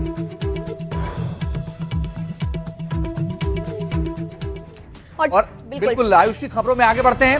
मोहाली में कबड्डी टूर्नामेंट के दौरान फायरिंग से हड़कंप मच गया। इस दौरान गोली लगने से एक कबड्डी प्लेयर की मौत हो गई है। पुलिस इस मामले में जांच तेज कर दी है और आइए इस पर पूरी रिपोर्ट आपको दिखाते हैं। मोहाली के सेक्टर 79 में आयोजित कबड्डी टूर्नामेंट के दौरान अफरा तफरी मच गई जब मोटरसाइकिल सवार अज्ञात हमलावरों ने अचानक गोलियां चला दी। सूचना मिलते ही मोहाली पुलिस समेत अन्य सुरक्षा एजेंसियां तुरंत मौके पर पहुंच गईं। SSP हरमनदीप सिंह हंस ने बताया कि सोहाना में कबड्डी का मुकाबला चल रहा था, तभी 2 या 3 लोगों ने फायरिंग कर दी। गोली लगने से कबड्डी खिलाड़ी राणा बलाचौरिया घायल हो गए हैं। उन्हें गंभीर अवस्था में अस्पताल में भर्ती कराया गया और उनकी हालत नाजुक बनी हुई है। ਹਾਲੇ ਤੱਕ ਦੀ ਜਿਹੜੀ ਜਾਣਕਾਰੀ ਹੈਗੀ ਜੀ, ਜਿਹੜਾ ਕਬੱਡੀ ਟੂਰਨਾਮੈਂਟ ਸੁਹਾਣਾ ਵਿਖੇ ਚੱਲ ਰਿਹਾ ਸੀਗਾ, ਉਹਦੇ 'ਚ ਇੱਕ ਰਾਣਾ ਬਲਾਚੌਰੀਆ ਨਵਾਂ ਸ਼ਹਿਰ ਦਾ ਰਹਿਣ ਵਾਲਾ ਪਲੇਅਰ ਸੀਗਾ ਕੋਈ ਕਬੱਡੀ ਦਾ। ਉਹਦੇ ਉੱਪਰ 2 ਜਾਂ 3 ਬੰਦਿਆਂ ਨੇ ਤਕਰੀਬਨ ਫਾਇਰਿੰਗ ਕੀਤੀ ਹੈਗੀ ਹੈ। ਉਹਨੂੰ 2 ਜਾਂ ਇੱਥੇ ਸਾਨੂੰ ਜਿੰਨਾ ਕੁ ਮਿਲਿਆ 4 ਦੇ ਕਰੀਬ ਖਾਲੀ ਖੋਲ ਮਿਲੇ ਨੇ ਤੇ ਹੋ ਸਕਦਾ 4 ਤੋਂ 5 ਦੇ ਕਰੀਬ ਸਾਨੂੰ ਲੱਗਦਾ ਵੀ ਫਾਇਰਿੰਗ ਜਿਹੜੀ ਹੋਈ ਹੈ ਇੱਥੇ ਤੇ ਉਹਦੇ 'ਚੋਂ ਜਿਹੜਾ ਮੁੰਡਾ ਹੈਗਾ ਰਾਣਾ ਇਹ ਇੰਜਰਡ ਹੋਇਆ। पुलिस ने मामले की जांच शुरू कर दी है। आरोपियों की तलाश के लिए विभिन्न स्थानों पर छापेमारी की जा रही है। हमलावरों की पहचान के लिए पुलिस इलाके में लगे कैमरों की रिकॉर्डिंग खंगाल रही है। और देखिए एक तस्वीर के बारे में आपको बताते हैं। दरअसल ये तस्वीर बिहार में विवाद का कारण बन गई। बिहार सीएम नीतीश कुमार का वीडियो वायरल हो गया है। सीएम नीतीश ने महिला डॉक्टर का हिजाब ही हटा दिया, उसके बाद से सियासी बवाल खड़ा हो गया है। दरअसल नियुक्ति पत्र बांटने वक्त ये महिला जो थी वो वहां पहुंची थी अपना नियुक्ति पत्र लेने और उसी दौरान नीतीश कुमार ने उनका हिजाब हटा दिया। ये वीडियो आप देखिए जिसमें एक हाथ में नियुक्ति पत्र है और दूसरे हाथ से जो महिला है हिजाब पहनकर जो आई थी उसका हिजाब ही हटा दिया नीतीश कुमार ने। और पीछे आप सम्राट चौधरी को भी खड़े होकर देख सकते हैं जो रोकने की कोशिश करते हैं, लेकिन उससे पहले ही जो नीतीश कुमार थे वो हिजाब हटा चुके थे। अब इस पर राजनीति शुरू हो गई है। गंभीर आरोप लगाए हैं आरजेडी ने इस पर और आरजेडी ने कहा है महिलाओं का अपमान है ये। साथ ही साथ नीतीश कुमार की सेहत पर भी अब आरजेडी ने एक बार फिर से सवाल उठाने शुरू कर दिए हैं।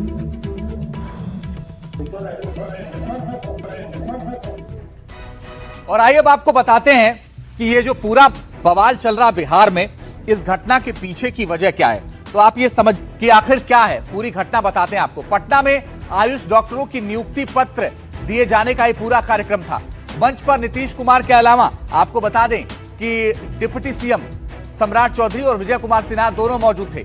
कार्यक्रम में जब हिजाब में एक महिला डॉक्टर मंच पर नियुक्ति पत्र लेने आई, तब नियुक्ति पत्र देते वक्त मुख्यमंत्री नीतीश कुमार ने उनका हिजाब हटा दिया। इस घटना को देखकर मंच पर मौजूद सभी लोग चौंक गए और इस दौरान ये पूरा बवाल सामने आया है। तो आप ये देखिए कि ये पूरा विवाद हुआ है, लेकिन अगली तस्वीर क्या है आयुष से बताइए। बिल्कुल एक बार फिर से इन तस्वीरों में आपको दिखाते हैं कि आखिरकार मंच पर क्या क्या हुआ जब महिला डॉक्टर नियुक्ति पत्र लेने पहुंची थी और खुद नीतीश कुमार वहां पर मौजूद थे। वही नियुक्ति पत्र जो है वो बांट रहे थे। अब देखिए नियुक्ति पत्र देते हुए अचानक से मुख्यमंत्री नीतीश कुमार ने महिला का हिजाब ही हटा दिया। पीछे कई लोग मौजूद थे, कुछ लोग हंस रहे थे, कुछ लोग रोक रहे थे, लेकिन उससे पहले ही नीतीश कुमार महिला का हिजाब हटा चुके थे।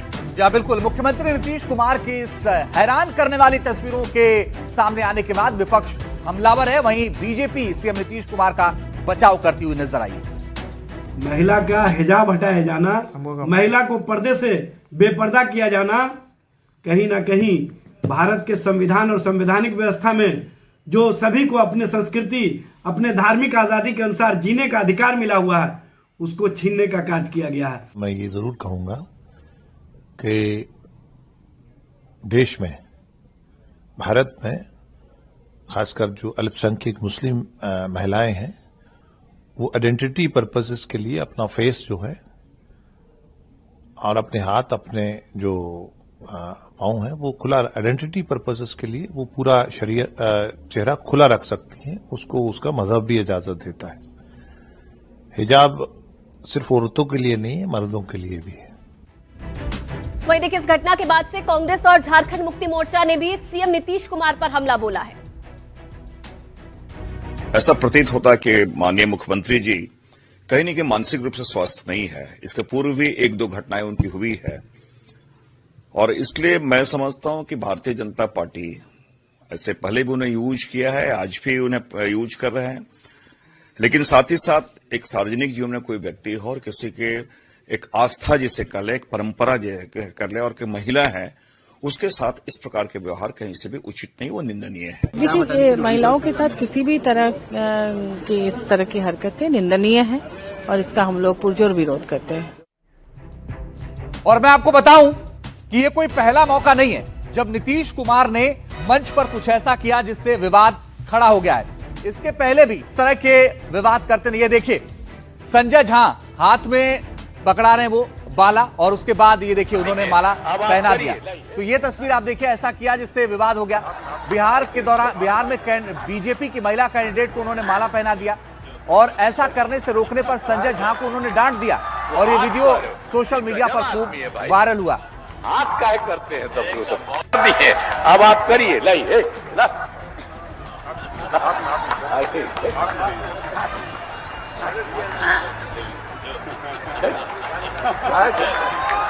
वो हाथ कर गजब। और वहीं पिछले दिनों नीतीश ट्रेनी दारोगा के दीक्षांत समारोह में शामिल हुए थे। नीतीश ने परेड की सलामी ली, उसकी ये तस्वीर आप देखिए। प्रोटोकॉल के तहत मुख्यमंत्री नीतीश कुमार और डीजीपी इस पर सवार हो सकते हैं। ये देखिए, सिर्फ यही तस्वीर होनी चाहिए थी, लेकिन नीतीश कुमार ने क्या किया आप देखिए, अपने साथ 3 मंत्रियों को भी जीप में बुला लिया। और ऑडियो सुनिए, आप कह रहे नहीं आप भी चले आइए, सुनिए जरा।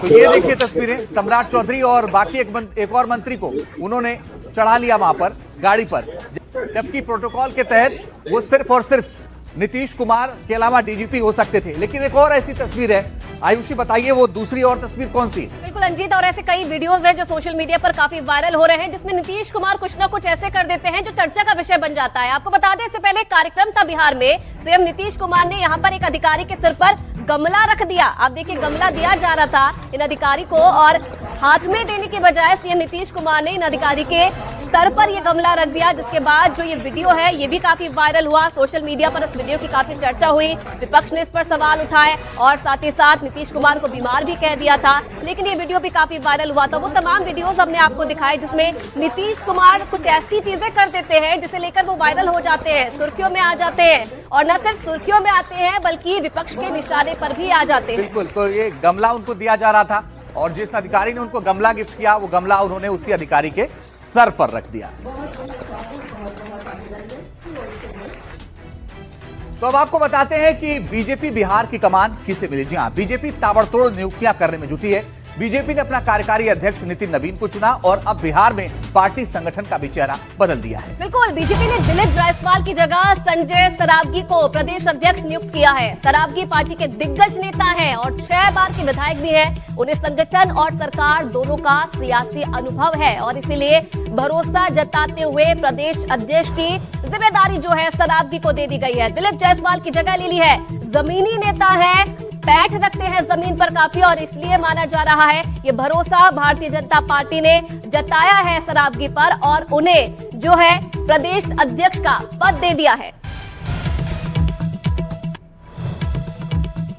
और इस बीच बड़ी और अहम खबर, इस वक्त की सबसे बड़ी खबर आपको बताते हैं। लूथरा ब्रदर्स आ गए हैं वापस, भारत वापस आ गए हैं लूथरा ब्रदर्स। इस वक्त की तस्वीरें एयरपोर्ट की हैं आपके सामने।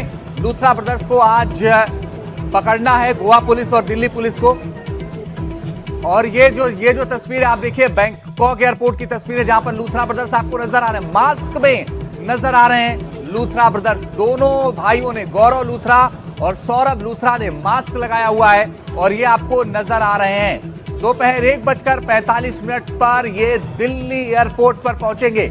उससे पहले आप वहां की तस्वीरें देख रहे हैं। बिल्कुल, एनडीटीवी पर एक्सक्लूसिव है तस्वीरें। आप देखिए, बैंकॉक से रवाना होने से पहले की ये तस्वीरें हैं। एयरपोर्ट पर नजर आए दोनों लूथरा ब्रदर्स। 25 जिंदगियों के गुनहगारों का आज हिसाब होगा। बैंकॉक से निकल चुके हैं और दोपहर 1:45 का वो समय जब दिल्ली में ये दोनों भाई कदम रखेंगे। उससे पहले की तस्वीर, और इंडिगो की फ्लाइट से ही इन्हें लाया जाएगा। आप देखिए, उसी इंडिगो की फ्लाइट से जो है ये रवाना हुए थे और इंडिगो की फ्लाइट से ही इन्हें वापस लाया जाएगा। लेकिन वापसी से पहले की ये तस्वीर जो है बैंकॉक एयरपोर्ट से सामने आई है, जहां आप देखिए दोनों भाई जो है बैंकॉक पुलिस की गिरफ्त में है और उन्हें पूरे प्रोसेस के तहत अब जो है भारत लाया जा रहा है। तो ये वो तस्वीर है जिसको आप देखिए। इनकी तलाश गोवा पुलिस को बड़ी बेसब्री से है। दिल्ली पुलिस भी इनकी तलाश कर रही है, क्योंकि दिल्ली पुलिस गोवा पुलिस की मदद कर रही है। और गोवा पुलिस इनकी तलाश इसलिए कर रही है क्योंकि 25 लोगों की जान चली गई इनके क्लब में। बिना फायररोसी के क्लब चला रहे थे गोवा में,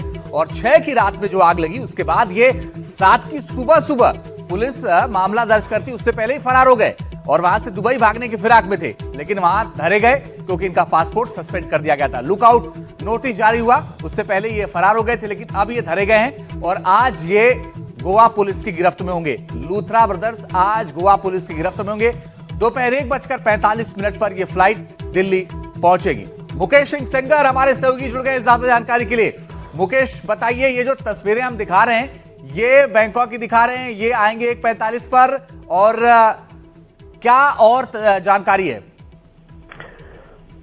देखिए, एनडीटीवी ने सबसे पहले ये खबर दी थी कि लूथरा ब्रदर्स दोपहर 1:45 बजे दिल्ली पहुंचेंगे। तो लूथरा ब्रदर्स की करीब 10 बजे की फ्लाइट है और 10 बजे वहां से उनकी फ्लाइट टेक ऑफ करेगी। जो वहां की एजेंसियां हैं वो उनको लेकर एयरपोर्ट पहुंच गई हैं और वहां से ये लोग निकलेंगे और 1:45 बजे जो दिल्ली का इंदिरा गांधी इंटरनेशनल एयरपोर्ट है यहाँ पर उनकी फ्लाइट लैंड करेगी। फ्लाइट लैंड करने के बाद जो गोवा पुलिस जो की टीम जो कि बीती रात पहुंच गई थी, वो इनको एयरपोर्ट पर ही गिरफ्तार कर लेगी। एयरपोर्ट पर गिरफ्तार करने के बाद इनको पटियाला हाउस कोर्ट में पेश किया जाएगा और पटियाला हाउस कोर्ट में पेश करने के बाद जो गोवा पुलिस है वो इनकी रिमांड लेगी और रिमांड लेने के बाद फिर ट्रांजिट रिमांड पर इनको गोवा ले जाएगी, जहां पर इनको फिर से दोबारा कोर्ट में पेश किया जाएगा। तो ये तस्वीरें दिखाती हैं कि किस तरह से कानून के शिकंजे से भागने वाले लूथरा ब्रदर्स कानून के गिरफ्त में आ चुके हैं। जितनी रफ्तार से वो इंडिया से भागे थे इस पूरे घटना के बाद, उसकी दुगनी रफ्तार से जो हमारी एजेंसियां हैं उन्होंने काम किया और ये जो है अब वापस इंडिया आ रहे हैं और यहाँ पर इनको जो लीगल प्रोसेस है, जो मामला दर्ज हुआ है उससे गुजरना होगा, जो ट्रायल है उससे गुजरना होगा और 25 मौतों की जो 25 मौतें हुई हैं उस मामले में ये गुनाहगार हैं। तो उसको देखते हुए फिलहाल अब ये जब दिल्ली एयरपोर्ट पर ये पहुंचेंगे तो क्या वहां पर भी कोई कागजी कार्रवाई होगी या फिर सीधा जो गोवा पुलिस है वो इन दोनों भाइयों को गिरफ्तार कर लेगी? देखिए, दिल्ली एयरपोर्ट पहुंचने के बाद उनको एयरपोर्ट पर ही गिरफ्तार किया जाएगा और एयरपोर्ट पर गिरफ्तार करने के बाद जो गोवा पुलिस है वो इनको पटियाला हाउस कोर्ट में पेश करेगी और ये पेशी करीब होगी 4 बजे के आसपास, 3 से 4 बजे के आसपास। और वहां पर पेश करने के बाद गोवा पुलिस इनकी ट्रांजिट रिमांड मांगेगी और ट्रांजिट रिमांड मिलते ही गोवा पुलिस लेट नाइट इनको गोवा लेकर निकल जाएगी।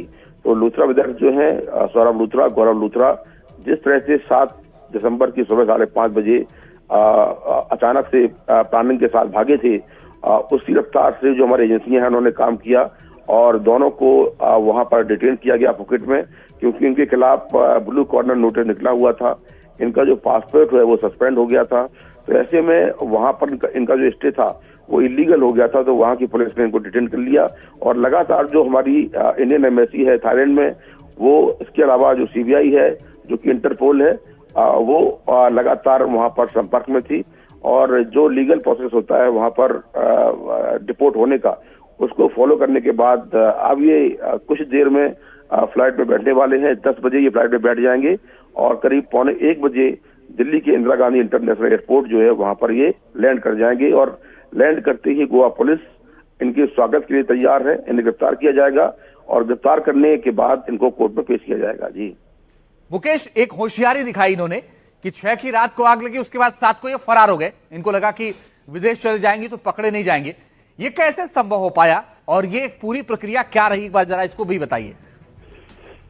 देखिए, बिल्कुल जैसे ही इनको मालूम चला कि इनके क्लब में आग लग गई है, इनको पूरी जानकारी थी कि वहां पर कई लोग मारे गए हैं, उसके ठीक 90 मिनट के अंदर इन लोगों ने अपने टिकट बुक करा लिए इंडिगो की फ्लाइट में। और टिकट बुक कराने के बाद ये तुरंत जो है घर से निकले और 5:30 बजे सुबह ये लोग वहां से दिल्ली एयरपोर्ट से इंडिगो की फ्लाइट से फुकेट के लिए निकल गए। क्योंकि फुकेट में भी इनका बिजनेस से जानकारी मिली है तो सीधे वहां भागे। इनको लगता था कि फुकेट जाने के बाद ये दुबई या कहीं और चले जाएंगे और ये कानून के शिकंजे से बच जाएंगे। लेकिन जो हमारी एजेंसियां हैं उन्होंने तुरंत इनके बारे में जानकारी हासिल की और उसी दिन 7 दिसंबर को ही इनके खिलाफ लुकआउट सर्कुलर नोटिस जो है जारी कर दिया। लेकिन उसके पहले ही जी ठीक है मुकेश, आप नजर बना के रखिएगा इस खबर पर। बहुत धन्यवाद आपका तमाम जानकारी देने के लिए। और एक और खबर आपको बताते हैं खबरों में आगे बढ़ते हुए। मुजफ्फरनगर में पुलिस कस्टडी में 3 युवकों की रील सोशल मीडिया में बहुत तेजी के साथ वायरल हो रही है। बिल्कुल, और इस रील के वायरल होने के बाद हड़कंप मच गया। वीडियो में आरोपी कानून व्यवस्था का मजाक उड़ाते हुए नजर आ रहे हैं। मुजफ्फरनगर के तितावी थाना क्षेत्र में शांति भंग के आरोप में चालान किए गए 3 आरोपियों ने एसडीएम अदालत परिसर में हथकड़ी पहने हुए एक वीडियो बनाया। इस वीडियो को इंटरनेट पर वायरल कर दिया गया, जिसमें आरोपी कानून व्यवस्था का मजाक उड़ाते नजर आ रहे हैं और यह घटना जमानत प्रक्रिया के दौरान हुई।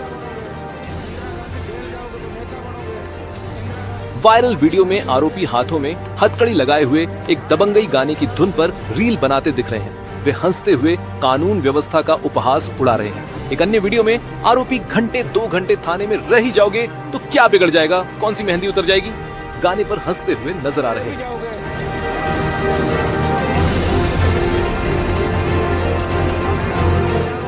थाना प्रभारी पवन चौधरी ने कहा कि इन आरोपियों के खिलाफ जांच की जाएगी और नियमानुसार विधिक कार्रवाई अमल में लाई जाएगी। जेल जाओगे तो नेता बनोगे। और अब महाराष्ट्र से खबर आपको बताते हैं, जहां अमरावती जिले में चलती गाड़ी में आग लग गई। दरियापुर इलाके में हुए इस हादसे में कार राख हो गई। जी हाँ, अच्छी बात यह रही कि कार का ड्राइवर समय रहते बाहर निकल आया। 60 सेकंड में देखिए पूरी खबर।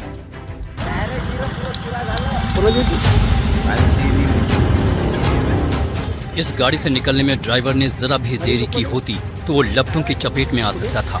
किस्मत अच्छी रही कि खतरे को भांपते हुए वो कार से तुरंत निकल आया था। इस जगह से गुजरने के दौरान ड्राइवर ने गाड़ी से धुआं उठता देखा। उसे फौरन समझ में आ गया कि गाड़ी में आग लग सकती है और हुआ भी कुछ वैसा ही।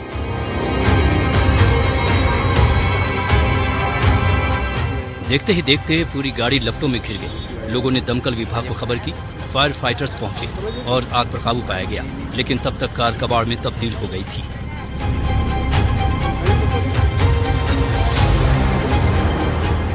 सड़क पर चलने वालों को ऐसे मामलों में सबक लेने की जरूरत है। बेशक इस तरह के हादसों पर किसी का बस नहीं चलता, लेकिन मुश्किल हालात में क्या करना है इसका पता सबको होना चाहिए। और चलिए इसी बीच बड़ी खबर बिहार की राजधानी पटना से मिल रही है, जहां बेखौफ बदमाशों ने अलग अलग इलाकों में 2 बड़ी वारदातों को अंजाम दिया है। बदमाशों ने आलमगंज इलाके में एक युवक की गोली मारकर हत्या कर दी। वहीं गौरीचक थाना इलाके में प्रॉपर्टी डीलर को गोली मारकर घायल कर दिया। अस्पताल में भर्ती घायल प्रॉपर्टी डीलर की हालत बेहद गंभीर बनी हुई है।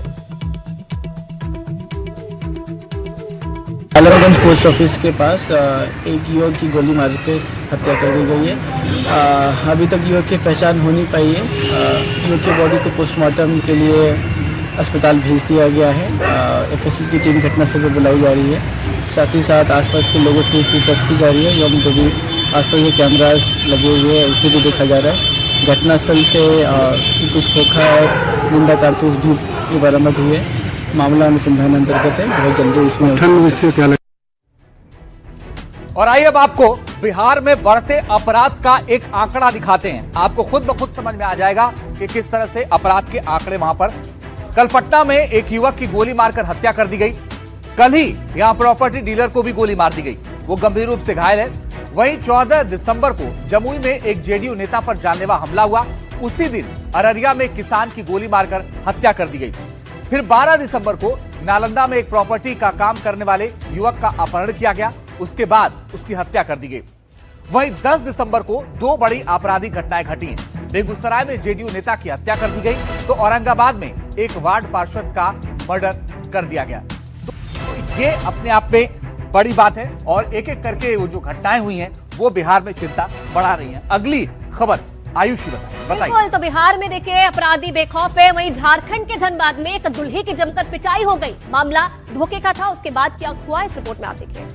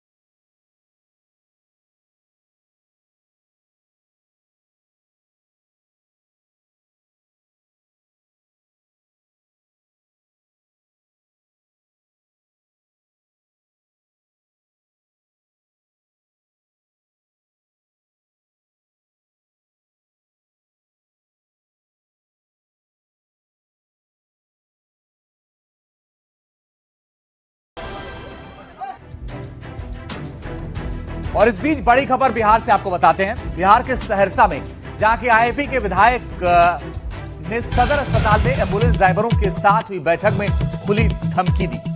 विधायक का यह बयान सोशल मीडिया पर तेजी के साथ वायरल हो रहा है। आईपी गुप्ता ने कहा है कि सहरसा से आईजीआईएमपीएस, पीएमसीएच, डीएमसीएच या किसी अन्य हाई सेंटर रेफर किए जाने के बाद कई बार वे मरीज एम्बुलेंस चालकों या फिर साथ जाने वाले कर्मियों के बहकावे में आकर किसी लोकल या निजी अस्पताल पहुंच जाते हैं। इस तरह मरीजों को बेचना बंद कीजिए, क्योंकि मैं पागल आदमी हूँ, साइनाइड खाकर पैदा हुआ हूँ, किसी को छोड़ूंगा नहीं। 40,000 रुपया किसी तरह अपने बेटी की शादी के लिए जमा करके रखा था, आधा कट्ठा जमीन में बेच देता है। ये अगर हो गया आज के बाद,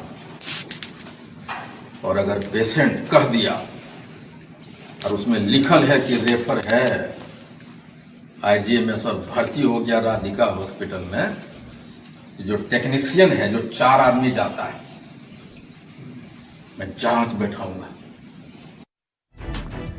और उत्तर प्रदेश के जालौन में रामलीला के दौरान बार बालाओं को बुलाया गया, मंच पर जमकर बेशर्मी हुई। जी हाँ, कुछ लोगों ने जब इसका विरोध किया तो मारपीट शुरू हो गई। देखिए पूरी रिपोर्ट।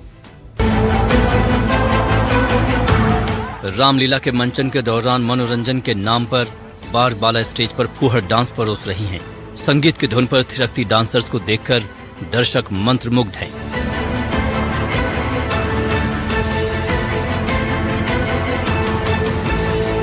जो लोग पूरी श्रद्धा के साथ रामलीला देखने आए थे, उन्हें ये अश्लीलता पसंद नहीं आई। लोगों ने इसका विरोध किया, लेकिन आयोजक कार्यक्रम रद्द करने को तैयार नहीं हुए।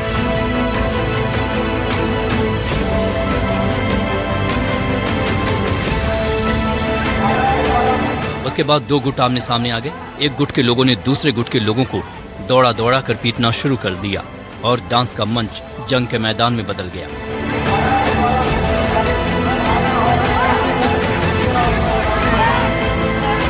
जालौन के ईट नगर पंचायत में घंटों हंगामा होता रहा। उसके बाद मौके पर पहुंची पुलिस ने मामला शांत कराया। और एक खबर और बिहार से आपको बताते हैं। बिहार की नई सरकार एक्शन में, उसके मंत्री एक्शन मोड में है, तो दिल्ली में भी बुलडोजर के जरिए बड़ा एक्शन प्लान बनाया गया है। राजधानी दिल्ली में बुलडोजर एक्शन का सिलसिला जारी है। कई इलाकों में अतिक्रमण हटाने की कार्रवाई चल रही है और इसी कड़ी में ओखला विधानसभा क्षेत्र के आलीगांव इलाके में भी बड़ा एक्शन देखने को मिला। और एक्शन में आप देखिए किस तरीके से जो अवैध अतिक्रमण किया गया था उसे बुलडोजर के जरिए हटाया गया। लोगों की भारी भीड़ देखने को मिली और इस बीच जो एक्शन है वो देखने को मिला है। ओखला में 319 अवैध मकान सील हुए हैं।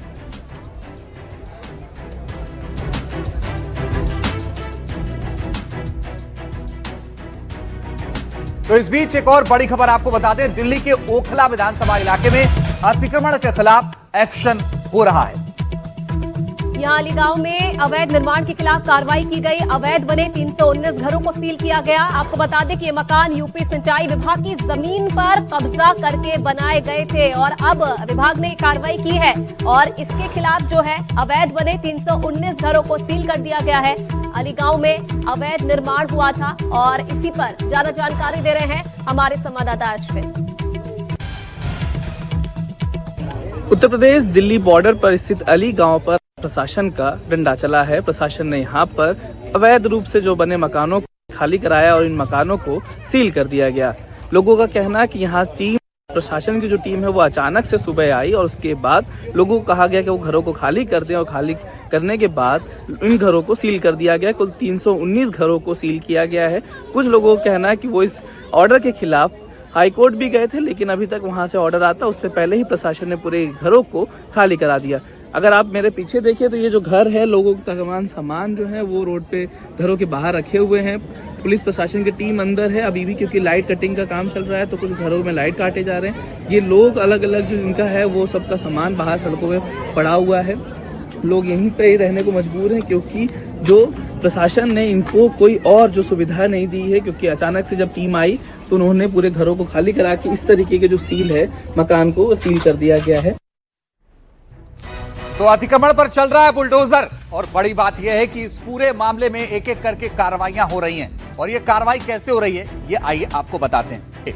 कैसे हो रही कार्रवाई? अली गांव में अवैध निर्माण पर बुलडोजर चला। 1.5 दर्जन दुकान और मकानों पर कार्रवाई संभव है। कई मकानों पर खाली करने के लिए नोटिस लगाया गया है। यूपी सिंचाई विभाग की जमीन पर कब्जा कर यह मकान बने। करीब 8 एकड़ जमीन बुलडोजर एक्शन की तैयारी में। सैनिक फार्म की अवैध कोठियों पर भी बुलडोजर चला था। रोहिणी सेक्टर 24 के अवैध निर्माण पर भी यह कार्रवाई हो चुकी है। तो ये वो अवैध निर्माण है जिस पर कार्रवाई हो रही है। और दिल्ली के अली गांव इलाके में अवैध घरों पर हुई सीलिंग की कार्रवाई के बाद वहां लोगों ने क्या कहा, आइए आपको दिखाते हैं। मैं 40 साल से यूं तो ही टूटेगी पर टूटी नहीं अभी तक। जैसा अब हो रहा है ऐसा अभी तक नहीं हुआ। अच्छा। हम कोर्ट गए परसों, तो फरवरी की 11 तारीख मिल गई भैया। अभी 9 बजे 10 बजे आके इन्होंने हंगामा करा। हमारे छोटे छोटे बच्चे कहाँ जावे बताओ। सुबह से भूखे प्यासे पड़े हम। भूखे प्यासे हैं, कुछ नहीं दे रहे खाने पीने को। सुबह से बच्चे भी बड़े भी सब भूखे प्यासे पड़े, कुछ नहीं दिया खाने के लिए। ठंड का मौसम है, आप भी देख रहे हो, धीरे धीरे ठंडा होती जा रही है, लेकिन कुछ नहीं है सर। कोई खाने पीने की व्यवस्था है या कोई रहने की जगह कुछ नहीं दिया गया इन लोगों ने। तो आपने देखा किस तरह से अतिक्रमण पर, अवैध अतिक्रमण पर बुलडोजर चला। लेकिन अब बात रफ्तार की करते हैं, क्योंकि रफ्तार का जुनून तेलंगाना राज्य में दिखा है और जो हादसा पेश आया उसमें एक शख्स की जान चली गई है। पैदल चलने वाले की ना तो कोई गलती थी और ना ही उसके पास इस खतरनाक हादसे से बचने का कोई मौका था। रिपोर्ट देखिए। मौत की रफ्तार तकरीबन 100 किलोमीटर प्रति घंटा थी। पैदल चल रहे शख्स को उसी गाड़ी ने बुरी तरह से रौंद डाला। उसने मौके पर ही दम तोड़ दिया। न कोई गलती न लापरवाही। श्रीधर नाम का वो शख्स पटरी पर पैदल चला जा रहा था। किसी के जुनून ने किसी की सांसें छीन ली।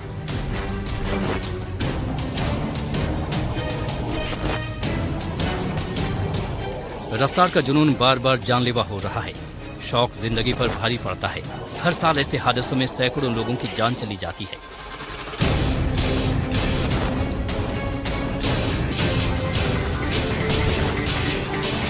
कार सवार मेडक जिले से हैदराबाद की ओर जा रहा था। टक्कर के बाद बेकाबू गाड़ी खेतों में जा घुसी थी। मेडक पुलिस ने इस मामले में FIR दर्ज की है। खाकी अमला जांच में जुटा है, लेकिन नियम कानून को परखें तो ऐसे ज्यादातर मामलों में आरोपी आसानी से जमानत पा जाते हैं। और इसी बीच बड़ी खबर, दिल्ली के जाफराबाद में 2 लोगों की हत्या हो गई है। 2 सगे भाइयों पर कई राउंड की फायरिंग की गई है। बताया जा रहा है 12 से 13 गोलियां मृतकों को लगी है। पुलिस के मुताबिक करीब 30 राउंड फायरिंग हुई है। मृतक के भाई वसीम का कहना है कि उनकी सगी बुआ के लड़कों के साथ कहासुनी हुई थी, जिसमें ने एक को गोली मारी गई। हालांकि आरोपियों की गिरफ्तारी के बाद ही खुलासा हो सकेगा कि आखिर ये पूरा मामला क्या है। और फजिल, और जो बॉडी पड़ी हो, ये फजिल की बॉडी पड़ी है। छोटे वाले और बड़े वाले? बड़े वाले नदी में हॉस्पिटल ले गए थे उनको। अच्छा, इसमें कोई हैंडीकैप भी था? हाँ, बड़ा वाला जो हॉस्पिटल ले गए वो हैंडीकैप था। तो कोई इनकी बार किसी से रंजिश थी क्या? नहीं, इस बारे में तो मुझे कोई जानकारी नहीं है। बस ये हम आए थे तो ये बड़े की सांसें चल रही थी, उसको हॉस्पिटल छोड़ के आ गए थे बस। फिलहाल मैं घटना स्थल पर मौजूद हूँ। यहाँ पर आपको तस्वीरों में साफ देखा जा रहा होगा कि यहाँ पर लगभग 30 राउंड गोली चली है और यहाँ पर दिल्ली पुलिस ने यहाँ पर सर्कल मार्ग कर दिए हैं और इसी रोड की यह वारदात है। बताया जा रहा है कि बीती रात दोनों सगे भाइयों की हत्या जैसी सनसनी वारदात को अंजाम दिया गया। और सबसे पहले आपको स्कूटी भी दिखाना चाहूंगा कि दोनों सगे भाई नदीम और फाजिल इसी स्कूटी से यहाँ से जा रहे थे, तभी अचानक से नदीम और फाजिल के बुआ के लड़के ने गोलियों से हमला करना नदीम और फाजिल पर करना शुरू कर दिया, जिसमें नदीम को 13 गोली लगती है और फाजिल की मौके पर ही मौत हो जाती है। नदीम को घायल अवस्था में जब परवेज चंद अस्पताल ले जाया जाता है, यहाँ पर उसे डॉक्टर मृतक घोषित कर देते हैं। फिलहाल यहाँ पर मौके पर दिल्ली पुलिस के तमाम आला अधिकारी पहुंचते हैं, क्राइम टीम पहुंचती है और आसपास लगे सीसीटीवी लगातार खंगाले जा रहे हैं। यहाँ पर तमाम साक्ष्य भी जुटाए गए हैं और इस बात का पता लगाने की लगातार कोशिश की जा रही है कि आखिर नदीम और फाजिल पर उसी के बुआ के लड़के ने गोली मारकर उनकी आखिरकार क्यों हत्या की। बताया जा रहा है कि आपसी रंजिश का ये मामला भी बताया जा रहा है कि नदीम और फाजिल की उसी के बुआ के लड़के से कुछ दिनों पहले झगड़ा हुआ था। इसी के चलते बीती देर रात इस सनसनी गोली इस हत्या जैसी वारदात को अंजाम दिया गया।